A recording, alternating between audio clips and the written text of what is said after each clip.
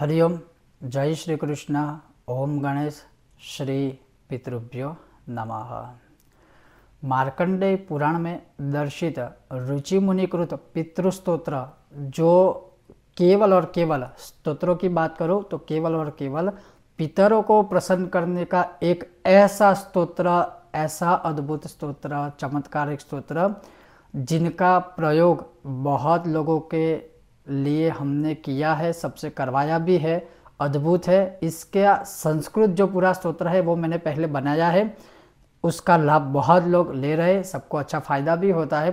तो आज मैं आपको वो पूरी कथा बताऊंगा कि इस पितृ स्तोत्र की उत्पत्ति कैसे हुई थी, ऐसा तो इस स्तोत्र में क्या है, इस इतना महान यह स्तोत्र क्यों है, और इस स्तोत्र को सुनने से या इस कथा को सुनने से पितरों ने स्वयं जो कहा है, पितरों ने जो स्वयं कहा है, क्या क्या फल प्राप्त होता है और कैसे कैसे दुखों का यह विनाश करने वाला है, वो आज मैं आपको केवल हिंदी में पूरी कथा के साथ स्तोत्र का अनुवाद सुनाऊंगा।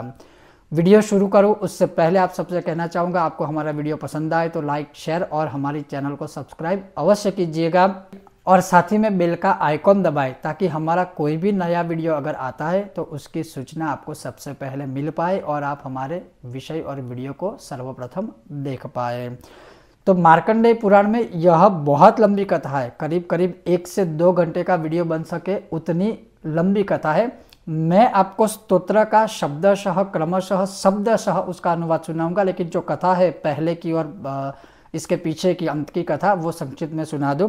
तो मार्कंडेय पुराण में लिखा है कि जो रुचि मुनि थे वो ना घर में रहते थे, ना उन्होंने कोई ऐसे देवताओं की आराधना की थी, ना ही किसी देव की आराधना की थी, ना वो अग्निहोत्र थे, किंतु वो भ्रमण करते रहते थे, एक ही समय खाना खाते थे और वो केवल पितरों की उपासना करते थे, वो पितरों की भक्ति करते थे।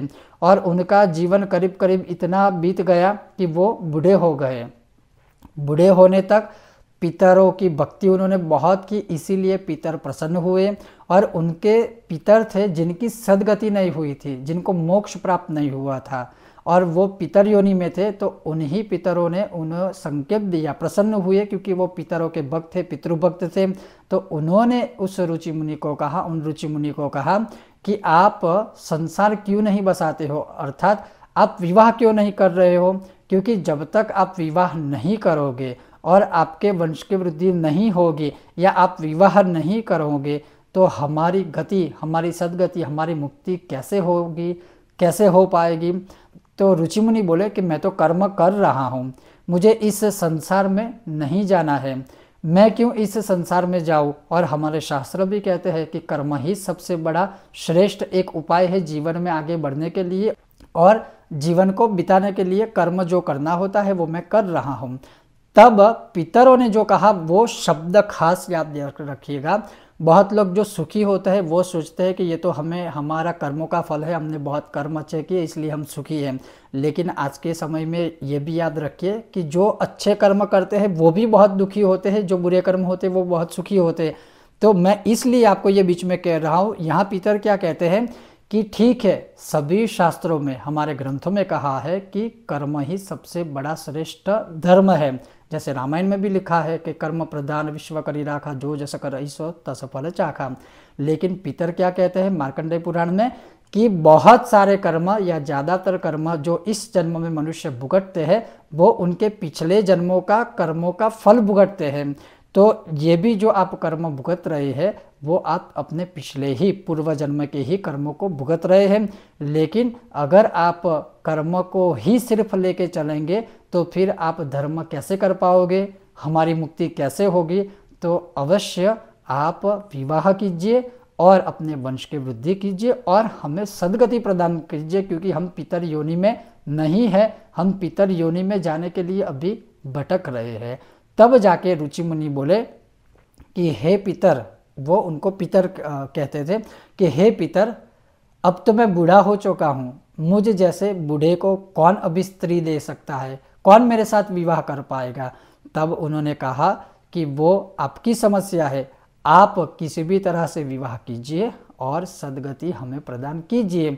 तब उन्होंने सोचा कि मेरे पितरों की भी बात ठीक है कि अगर मैं यह कर्म नहीं करूँगा, अर्थात मैं विवाह नहीं करूँगा, मेरा वंश आगे नहीं बढ़ेगा, मेरे वहाँ संतति अगर नहीं होगी तो फिर मैं ये श्रेष्ठतम कार्य कैसे करूँगा। और मैं बीच में ये भी आपको कहूँगा कि जैसे भगवान कृष्ण भी कहते हैं कि धन्य गृहस्थाश्रम, गृहस्थाश्रम से बड़ा कोई धर्म श्रेष्ठ नहीं है, धन्य गृहस्थाश्रम। यह सोचकर ऋषि मुनि भटकते रहते हैं। फिर उन्होंने सोचा कि क्यों ना मैं इस सृष्टि की रचना करने वाले ब्रह्मा जी की आराधना करूं। तो इसमें ऐसा लिखा है कि 100 सालों तक ऋषि मुनि ने ब्रह्मा जी की तपश्चर्या की। फिर ब्रह्मा जी प्रसन्न हुए। ब्रह्मा जी ने कहा, बेटा वरदान मांगो, मैं आपकी तपस्या से प्रसन्न हुआ हूँ, आपको क्या चाहिए। तब ऋषि मुनि ने पूरा वृतांत उनको सुनाया। उनके पश्चात उन्हें कहा कि मुझे आगे अपने वंश की वृद्धि करनी है, मेरे पितरों को मुक्त कराना है, क्योंकि पितरों को खुश रखना यह सर्वप्रथम धर्म है। या फिर वो हमारे जीवित माता पिता हो या जिनकी मृत्यु हो गई है, उन पितरों को खुश रखना ये सबसे पहला हमारा कर्म भी है और हमारा धर्म भी है। तो फिर ब्रह्मा जी ने कहा कि तुम चिंता मत करो, मैं तुम्हारी तपश्चर्या से प्रसन्न हुआ हूँ, जैसा आपकी इच्छा है, जैसी आपकी इच्छा है वैसे ही पूर्ण होगा। और आपकी 100 सालों की इस तपश्चर्या से प्रसन्न होने के कारण मैं आपको वरदान देता हूँ कि आप प्रजापति बनोगे, अर्थात आप प्रजा के पति बनोगे, आप ही सृष्टि का विस्तार करोगे, सृष्टि के विस्तार में आपका भी सहयोग होगा, विवाह भी करोगे, आपके वंश की वृद्धि भी होगी, आपके वहाँ श्रेष्ठतम संतति भी होगी और आप ही के द्वारा पितरों का उद्धार भी होगा। तो इस प्रकार से ब्रह्मा जी ने उन्हें कहा। पश्चात ब्रह्मा जी ने कहा कि अगर आपको विवाह करना है और संतान आपको चाहिए, याद रखिए ब्रह्मा जी कहते हैं मार्कंडेय पुराण में इस कथा में कि अगर आपको विवाह करना है, संतान की प्राप्ति करनी है, तो आप अपने पितरों को तर्पण आदि करके प्रसन्न कीजिए। तब ऋषि मुनि नदी के किनारे जाकर अपने पितरों का तर्पण करते हैं, तिल से तर्पण करते हैं, जौ से तर्पण करते हैं। और तर्पण आदि करने से जैसे ही उन्होंने श्राद्ध तर्पण आदि पूर्ण किया, वहाँ पर एक पुंज प्रकाशित होता है, वहाँ पर एक बड़ा सा तेजोमय पुंज बनता है और वहाँ पर पितर प्रकट होते हैं। जैसे ही उन्होंने पितरों को देखा और उनके मुँह से जो सर्वप्रथम जो स्तोत्र निकला था वही है रुचि मुनिकृत पितृ स्तोत्र। बहुत अद्भुत, बहुत महात्म्य, बहुत बड़ा महान है, चमत्कारिक है, अद्भुत है। अवश्य इसका कम से कम एक पाठ नित्य करना चाहिए, सुबह करो, शाम करो, मध्याह्न काल में किसी भी समय करो। तो वो जो स्तोत्र था उसका भी हिंदी अनुवाद सुनिए कि रुचि मुनि क्या प्रार्थना करते हैं। कि रुचि बोले, जो सबके द्वारा पूजित है, अमूर्त, अत्यंत तेजस्वी है, ध्यानी तथा दिव्य दृष्टि के संपन्न है, उन पितरों को मैं सदा नमस्कार करता हूँ। जो इंद्र आदि देवताओं, दक्ष, मारीच, सप्तर्षियों तथा दूसरों के भी नेता है, कामना की पूर्ति करने वाले उन पितरों को मैं प्रणाम करता हूँ। जो मनु आदि राजर्षियों, मुनीश्वरों तथा सूर्य और चंद्रमा के भी नायक है, और उन समस्त पितरों को मैं जल और समुद्र में भी नमस्कार करता हूँ। नक्षत्रों, ग्रहों, वायु, अग्नि, खग यानी आकाश और द्युलोक तथा पृथ्वी के भी जो नेता है, उन पितरों को मैं हाथ जोड़कर प्रणाम करता हूँ। जो देवर्षियों के जन्मदाता है, समस्त लोकों के द्वारा वंदित है, जो अक्षय फल देने वाले हैं, जिसका कभी क्षय नहीं होता, अक्षय फल के दाता है, उन पितरों को मैं दोनों हाथ जोड़कर प्रणाम करता हूँ, अर्थात नमस्कार करता हूँ। प्रजापति कश्यप, सोम, वरुण तथा योगेश्वरों के रूप में स्थित पितरों को सदा मैं हाथ जोड़कर प्रणाम करता हूँ। सातों लोकों में, सप्तलोक में स्थित 7 पितृगणों को मैं नमस्कार करता हूँ। मैं योग दृष्टि संपन्न स्वयंभू ब्रह्मा जी को प्रणाम करता हूँ। चंद्रमा के आधार पर प्रतिष्ठित तथा योग मूर्तिधारी पितृगणों को मैं नमस्कार करता हूँ, मैं प्रणाम करता हूँ। साथ ही संपूर्ण जगत के पिता सोम को नमस्कार करता हूँ। अग्नि स्वरूप अन्य पितरों को भी मैं प्रणाम करता हूँ, क्योंकि यह संपूर्ण जगत अग्नि और सोममय है। जो पितर तेज में स्थित है, जो ये चंद्रमा, सूर्य नारायण और अग्नि नारायण के रूप में दृष्टिगोचर होते हैं, तथा जो जगत स्वरूप है, जो ब्रह्म स्वरूप है, उन संपूर्ण योगी पितरों को मैं एकाग्र चित्त होकर प्रणाम करता हूँ, नमस्कार करता हूँ। उन्हें मैं बारंबार नमस्कार करता हूँ। वे स्वधाभोजी पितर मुझ पर प्रसन्न हो और यह स्तुति करने पर सिर्फ इतनी ही स्तुति है, जो मेन मुख्य स्तोत्र है वो रुचि उवाच यानी रुचि मुनि से बोले लेकर यहाँ तक की ही है। रुचि मुनि के इस प्रकार स्तुति करने पर उस तेजोमय पुंज में से सभी पितर निकले, वो दशों दिशाओं में खड़े हो गए और उस पुंज में से सभी पितरों ने कहा कि हे रुचि मुनि, हे रुचि, तुमने बहुत श्रेष्ठ हमारी स्तुति की है जिससे हम प्रसन्न हुए हैं, आप वरदान मांगो, आपको क्या चाहिए। तब रुचि मुनि ने कहा कि मुझे बहुत ही संस्कारिक एक पत्नी चाहिए, मैं विवाह करना चाहता हूँ, तो आप मुझे ऐसा वरदान दीजिए कि जिससे मेरा विवाह हो सके और उस श्रेष्ठतम पत्नी से एक श्रेष्ठतम संतान भी उत्पन्न मुझसे और मेरी पत्नी से हो, ऐसा हमें वर प्रदान कीजिए। तब पितरों ने कहा कि हे रुचि, हे वत्स, यही इसी समय तुम्हें अत्यंत मनोहर पत्नी प्राप्त होगी और उसके गर्भ से तुम्हें मनुसंज्ञक, याद रखिए इसका बहुत बड़ा महात्म्य है, मनुसंज्ञक उत्तम पुत्र की प्राप्ति होगी। वह बुद्धिमान पुत्र मनवंतर का स्वामी होगा और तुम्हारे ही नाम पर तीनों लोकों में रौच्य के नाम से उसकी प्रख्याति होगी। विद्वान होगा, वो बलवान होगा, सिद्धवान होगा, बहुत पराक्रमी होगा और महात्मा पुत्र होगा, जो इस पृथ्वी का पालन करेगा और वो प्रजापति होकर 4 प्रकार की प्रजा को उत्पन्न करेगा। फिर अपना अधिकार क्षीण होने पर वह सिद्धियों को प्राप्त हो जाएगा। और ये जो वरदान है वो आपने सुना, जो हम मनवंतर कहते हैं, वो भी यही से आरंभ हुआ था। वो पितरों के वरदान से रुचि मुनि को संतान प्राप्त हुआ मनु, वो मनवंतर पूरी पृथ्वी पर जो हमारा विस्तार हुआ है, 4 प्रकार की प्रजा बोले, जिसमें ब्राह्मण क्षत्रिय शूद्र वैश्य या ब्राह्मण क्षत्रिय वैश्य शूद्र है, तो वही से इस सृष्टि का आरंभ होता है। तो आप सोचिए कि इसी स्तोत्र को बनाकर, इसी पितृस्तुति की रचना कर कर यह वरदान उन्हें प्राप्त हुआ था। इसीलिए कहते हैं कि अगर संतति में कोई दिक्कत है, घर में कलह रहता है, क्लेश रहता है, तो पितरों को प्रसन्न कीजिए। अब सुनिए कि इस स्तोत्र के विषय में क्या कहा, ये खास आप सुनिएगा। इसका फल शायद कोई विस्तार से आपको नहीं बता सकता है। पितर बोले कि जो आपने स्तुति की है वो स्तुति कोई मनुष्य इस स्तोत्र को भक्ति पूर्वक, इसी स्तोत्र से हमारी भक्ति पूर्वक स्तुति करेगा या यह कथा या यह स्तोत्र सुनेगा, उसके ऊपर संतुष्ट होकर हम लोग उसे मनोवांछित भोग तथा उत्तम आत्मज्ञान प्रदान करेंगे। जो निरोग शरीर, धन और पुत्र पौत्र आदि की इच्छा करता हो, वह सदा इस स्तोत्र से हम लोगों की स्तुति करे। यह स्तोत्र हम लोगों की प्रसन्नता बढ़ाने वाला है। जो श्राद्ध में भोजन करने वाले श्रेष्ठ ब्राह्मणों के सामने खड़ा होकर भक्ति पूर्वक इस स्तोत्र का पाठ करेगा, उसके यहाँ स्तोत्र श्रवण के प्रेम से हम निश्चय ही उपस्थित होंगे और हमारे लिए किया हुआ श्राद्ध भी निःसंदेह अक्षय होगा। श्राद्ध में इस स्तोत्र के पाठ से श्राद्धकर्ता हमारी तृप्ति करने में समर्थ होता है। हमें सुख देने वाला यह स्तोत्र जहाँ भी श्राद्ध क्रिया में पढ़ा जाता है, वहाँ हम लोगों को 12 वर्षों तक बनी रहने वाली संतुष्टि प्राप्त होती है।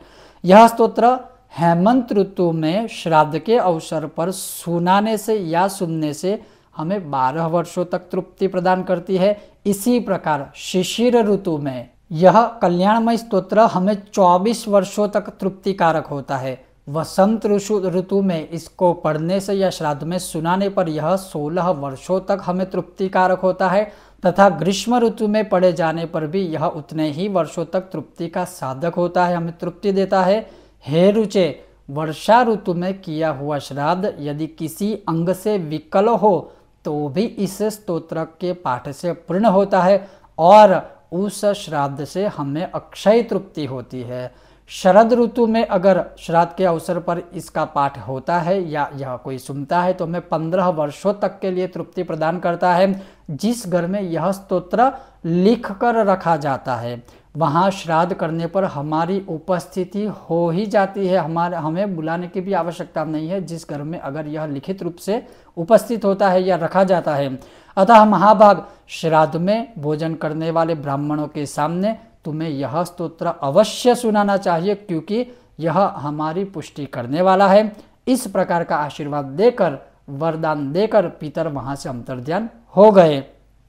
उसके पश्चात रुचि के समीप उस नदी के भीतर से प्रम्लोचा नामक एक अप्सरा प्रकट हुई और महात्मा रुचि से मधुर वाणी में विनयपूर्वक बोली, तपस्वियों में श्रेष्ठ रुचि, मेरी एक परम सुंदरी पुत्री है, कन्या है, जो वरुण के पुत्र महात्मा पुष्कर से उत्पन्न हुई है। अर्थात पुष्कर की वो कन्या है जो वरुण के महात्मा पुष्कर से उत्पन्न हुई है। मैं उस सुंदरी कन्या को तुम्हें पत्नी बनाने के लिए देती हूँ, अर्थात उस कन्या को मैं तुम्हें देना चाहती हूँ, उसका कन्यादान करना चाहती हूँ, तुम ग्रहण करो। उसके गर्भ से तुम्हारे पुत्र महाबुद्धिमान मनु का जन्म होगा। तथा तब रुचि ने तथास्तु कहकर उसकी बात स्वीकार कर ली, अर्थात रुचि मुनि ने उसे स्वीकृत किया। उसके बाद प्रम्लोचा ने अपनी कन्या मालिनी को जल के बाहर प्रकट किया। मुनिश्रेष्ठ रुचि ने महर्षियों को बुलाकर नदी के तट पर उसका विधि पूर्वक पाणी ग्रहण अर्थात विवाह करवा दिया। उसी के गर्भ से महापराक्रमी परम बुद्धिमान एक धर्मात्मा पुत्र का जन्म हुआ, जिनका नाम मनु था और जिसे रौच्य कहा गया, और रौच्य मनु के नाम से जो विख्यात हुए, और जिन्होंने 13वें मनवंतर, वो जो मनु भगवान है वो 13वें मनवंतर के अधिपति अर्थात वो स्वामी हुए। तो ये संपूर्ण कथा थी, संपूर्ण स्तोत्र का महात्म्य मैंने आपको सुनाया और बहुत अद्भुत है। और ज़्यादातर मैं आपको पता है कि मैं कभी किसी को प्रेशर नहीं देता हूँ या ना ही किसी को मैं फोर्स करता हूँ कि आप ये कीजिए वो कीजिए। मेरा काम है ये सब वीडियो बना के हमारे सनातन धर्म की जो ये विद्याएं है या जो विधि विधान है उसका प्रचार प्रसार करना, उसको फॉलो करना ना करना वो आपकी मर्जी है। किंतु इस स्तोत्र के विषय में मैं अवश्य कहूँगा कि भगवान के लिए, अपने लिए, लक्ष्मी प्राप्ति के लिए, शत्रु का विनाश करने के लिए, ये करने के लिए, वो करने के लिए सब कुछ करते हैं, लेकिन कभी हमने अपने पितरों के लिए कुछ नहीं किया। बहुत अद्भुत स्तोत्र है, 20-21 सालों का अनुभव हमारा है। यह स्तोत्र जो है पितरों का जो स्तोत्र है आपको धन संपत्ति पुत्र पौत्रादि सब कुछ देने वाला है। इसको अवश्य नित्य सुनिए या इसका पाठ कीजिए। इसका जो स्तोत्र है वो मैंने बहुत समय पहले एक वीडियो बनाया है, तो आप संस्कृत में भी चाहो तो पढ़ सकते हो, अन्यथा यह कथा आप हिंदी में भी सुन सकते हो। दूसरी एक बात जो इसमें आई है, शायद आपको ना समझ में आई हो लेकिन मैं आपको समझा दूँ, और ये मैं बहुत प्रयोग करवाता हूँ लोगों से, और मेरे पास 1-2 एक्सपीरियंस तो अभी के निकटतम के है कि बहुत परेशानियों से गुजर रहे थे, वो परेशानी दूर हुई है। 7 साल पहले भी हमने इसका एक प्रयोग किया था और 7 साल से वह जो मनुष्य है, वह जो साधक है जो बहुत दिक्कतों से गुजर रहा था, इसी स्तोत्र के आशीर्वाद से, इसी पितरों की कृपा से बहुत सुखी संपन्न है। 7 साल से कंटिन्यूस यह स्तोत्र वो कर रहा है, जिसके संपर्क में मैं प्रतिदिन आता रहता हूँ। तो मेरे सामने ही यह एक एग्जाम्पल है, उसके अलावा तो बहुत सारे एग्जाम्पल है, किंतु इसमें एक प्रयोग आया है जो पितरों ने स्वयं कहा कि जब भी आप कोई श्राद्ध करवाते हो, जब भी का मतलब है, आपने देखा इसमें तो ग्रीष्म ऋतु, शरद ऋतु, वर्षा ऋतु, हेमंत ऋतु, ये हमारी जो 6 ऋतु है, वो सभी ऋतुओं में इसका पाठ करने से अलग अलग फल मिलते हैं। जैसे पितर 15 वर्ष तक संतुष्ट रहते हैं, 12 वर्ष तक, 16 वर्ष तक। तो इस प्रकार से आप नित्य पाठ करोगे तो नित्य कोई ना कोई ऋतु रहेगी, तो आपके पितर कितने प्रसन्न होंगे आप स्वयं सोचिए। दूसरा जो सबसे बड़ा महान प्रयोग है, जो पितरों ने कहा कि जब भी श्राद्ध होता है, अवश्य उस श्राद्ध के समय या श्राद्ध जब पूर्ण होता है वहाँ खड़े होकर, ठीक है आपको संस्कृत में स्तोत्र ना है, कोई चिंता मत कीजिए, आप हिंदी में ही इसे पढ़ लीजिए। आप हिंदी में भी अगर श्राद्ध के समय यह स्तोत्र पढ़ोगे, वहाँ पर उपस्थित विद्वान ब्राह्मणों को अगर आप यह स्तोत्र सुनाओगे, या फिर श्राद्ध काल में जिन ब्राह्मणों को आप भोजन करने के लिए आमंत्रित करते हो अपने वहाँ, जब वो भोजन करते हैं या जब भोजन वो कर ले, उसके पश्चात यह स्तोत्र उनके सामने अगर आप बोलोगे, तो उसका जो फल पितरों ने साक्षात बताया हुआ है कि अक्षय फल देने वाला है, तो आपको अक्षय फल की प्राप्ति होगी, जिसका कभी भी क्षय नहीं होता है। और दूसरी जो बात कही कि जिस घर में, जैसे श्री संकटनाशन स्तोत्र है कि 8 ब्राह्मणों को ग्रहण काल में अगर आप लिख कर देते हो तो आपको सर्व सिद्धियाँ मिलती है, वैसे ही पितर क्या कहते हैं कि इस स्तोत्र को, मैं यहाँ पूरी कथा को लिखने की बात नहीं कर रहा हूँ, रुचि रुवाच जहाँ से शुरू होता है, सिर्फ 8 या 10 श्लोक है, वो लिख कर आप अगर अपने घर में किसी भी दीवार पर इसे रखते हो, टांगते हो, तो वहाँ पर जब भी आप घर में पितर कार्य करोगे, पितर अपने आप स्वयं वहाँ उपस्थित हो जाएंगे। आपको कहने की, उनको आवाहन करने की, उनको बुलाने की भी ज़रूरत नहीं है। और सदैव निश्चित काल के लिए, अनिश्चित काल के लिए आपके ऊपर, आपके परिवार के ऊपर पितरों के आशीर्वाद हमेशा रहेंगे। मैं इसका महात्म्य शायद वर्णन करने में समर्थ नहीं हूँ, बहुत बड़ा महात्म्य है। आप स्वयं सोचिए, पितरों की कृपा से ही जो विवाह नहीं करने वाले थे आज जीवन तक रुचि मुनि, वो विवाह करते हैं, तभी मनु का जन्म होता है जो रौच्य नाम से विख्यात होते हैं। और उसी मनु के हम वंशज हैं। आप सोचिए, पूरी पृथ्वी का विस्तार हुआ है। यह पितर स्तोत्र, यह पितरों की कथा सर्वसम्मत संपूर्ण देने वाली है, सब कुछ देने वाली है। अवश्य आप इसको सुनिएगा। खास करके अगर आप नित्य ना सुन सके कोई बात नहीं, जब भी आपको समय मिले एक बार इस कथा को हिंदी में श्रवण कीजिए। अगर आपके पास पितर स्तोत्र है तो वो एक बार पाठ कीजिए किसी भी समय। हमारा वीडियो भी हमने बनाया हुआ है जिसकी लिंक मैं नीचे दे रहा हूँ, तो आप वो संस्कृत में भी सुन सकते हो, पढ़ सकते हो। या फिर जो भाद्रपद माह के, चैत्र माह के, कार्तिक माह के जो 15 दिन होते हैं पिछले, जो स्पेशल पितरों के लिए है, उसमें भी अगर आप नित्य एक बार सुनोगे आपकी सभी कामनाएं सिद्ध होगी, पूर्ण होगी। ये था हमारा आज का विषय और वीडियो। आशा रखता हूँ आपको यह कथा सुनने में अच्छी लगी होगी। अगर आपको यह कथा, यह विषय, यह वीडियो अच्छा लगा है, बिना भूले हमारे वीडियो को लाइक करें, शेयर करें, सबके साथ साझा करने की कोशिश कीजिए। और आप भी हमारी इस यात्रा में थोड़ा सहयोग दीजिए। और अगर आपने अभी तक हमारे चैनल को सब्सक्राइब नहीं किया है, बिना भूले हमारे चैनल को सब्सक्राइब कीजिए। आप सबका बहुत बहुत धन्यवाद। जय श्री कृष्ण। ओम गणेश। ओम पितृभ्यो नमः।